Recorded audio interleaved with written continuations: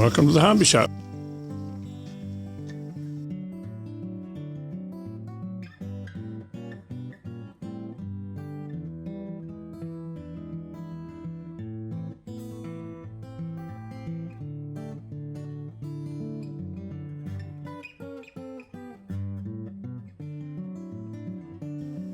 Come on in.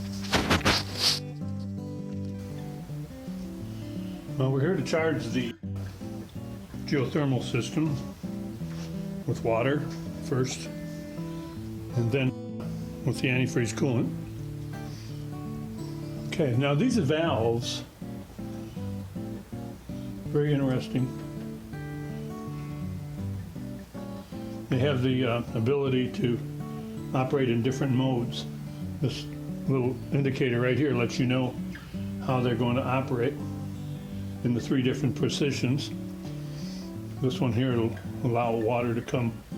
Seeing as this is the direction of the system, in this position they would allow water to exit. This one, in this position, that wouldn't work at all. For charging, we need to be like that. Water's going to come in here and it's going to go out through the entire system, come back and exit here. We're not going to use the pump. We're isolating the pump from the system in order to do this. So first of all, we're going to hook up incoming water pressure.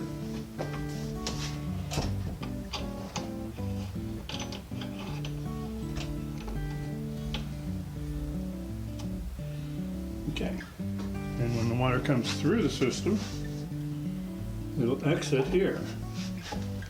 And we're going to flow water through the system.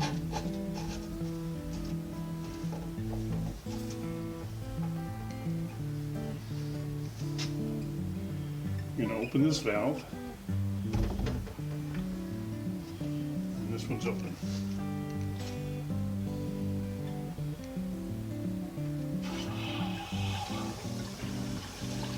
See the sight glasses showing water flow. Got a lot of air going through. That air has to get out of here so that there's no air at all in the system. Well, the system's flowing water nicely. The garden hose I have out the windows, got water just flowing out of it, not a problem.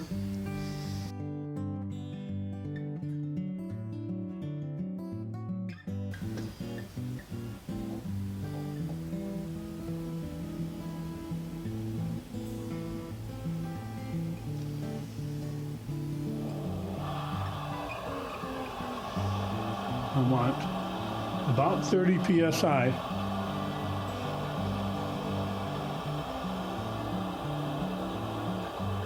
on the system. This is now closed and the system's pressurizing here.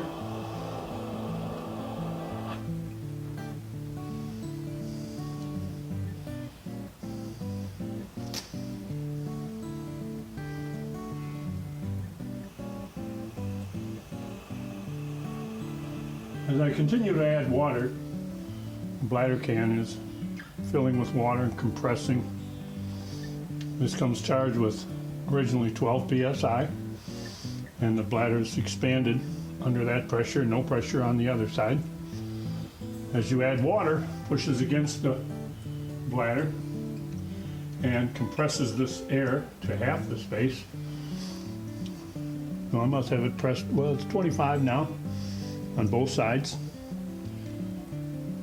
This is indicating that the bladder is compressed down and it's exerting force keeping it on the system.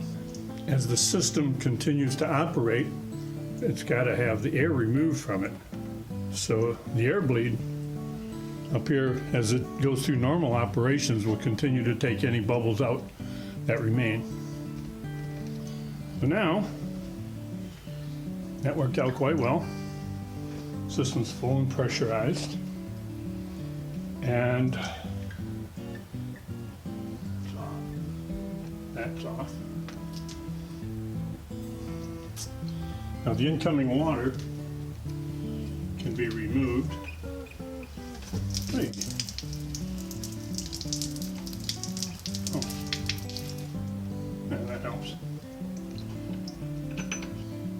At this point,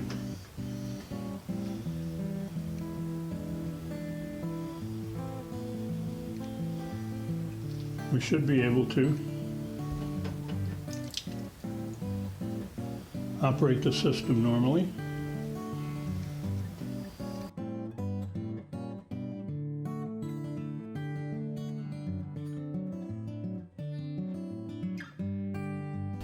Okay, we have a static pressure of 25 psi on both gauges. System is stable and charged. If we turn it on, see this has gone up. This one's gone down a little bit. So it's operating normally and properly. We're going to now rehook up the exit hose. And for the inlet, first thing we're going to do is recirculate this. No switch on this pump, you just plug it in. So here goes.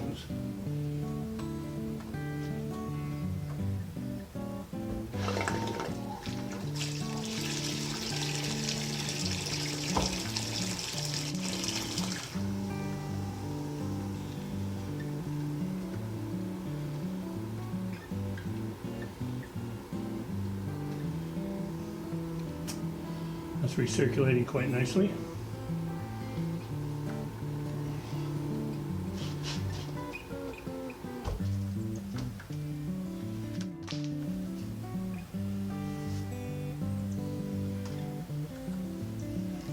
I don't want to get any air introduced.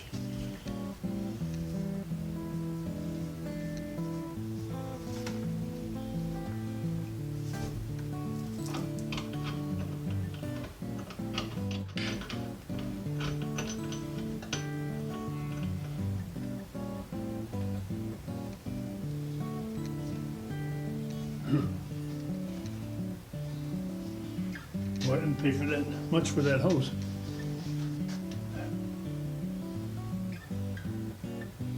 I'm going to isolate the pump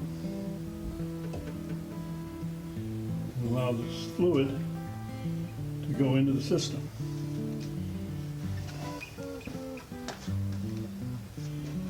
And I want to isolate the pump and allow the fluid to come out of the system. Open the exit valve, and that's relieving the pressure so there's no back pressure. Now, one of the crucial things is that before this pink is gone and that pump sucks air and puts air in there, I have to stop the flow. So here we go.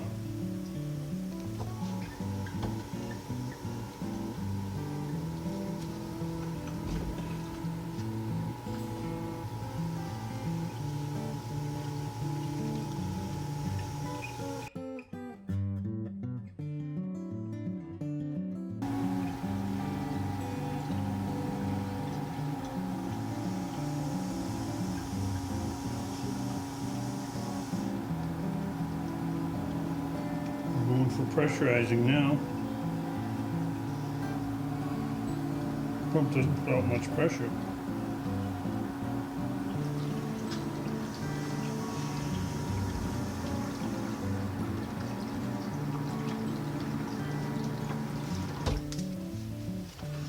Okay, there I have it. This pump should no longer be holding pressure. If I can loosen this. Valve's closed.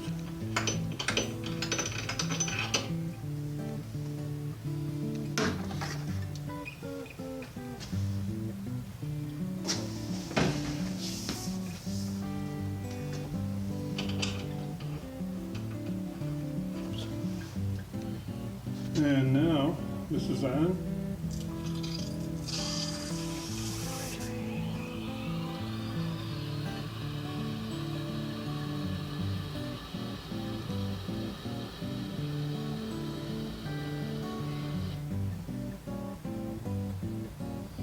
Like to be around 20 to 25 pounds.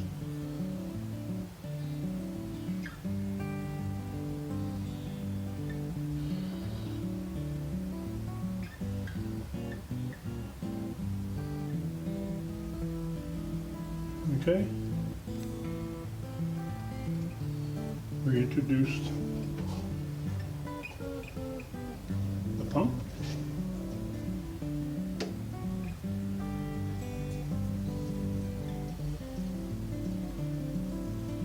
Looks quite good.